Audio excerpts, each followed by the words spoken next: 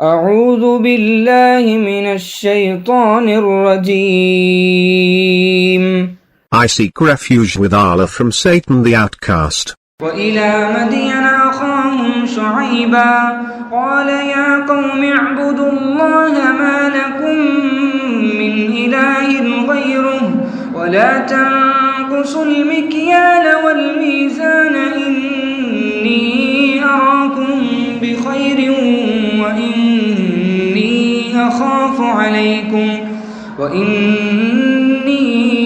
أخاف عليكم عذاب يوم محيط.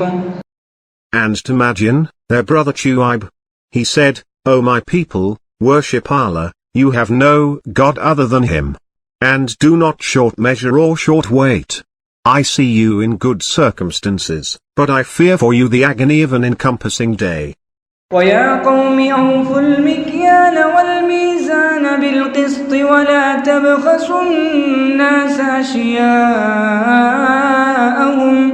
وَلَا تَعْثَوْا فِي الْأَرْضِ مُفْسِدِينَ. O my people, give full measure and full weight, in all fairness, and do not cheat the people out of their rights, and do not spread corruption in the land.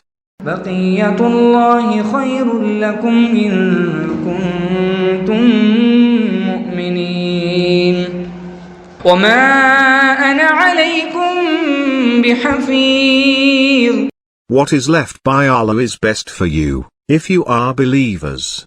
And I am not a guardian over you.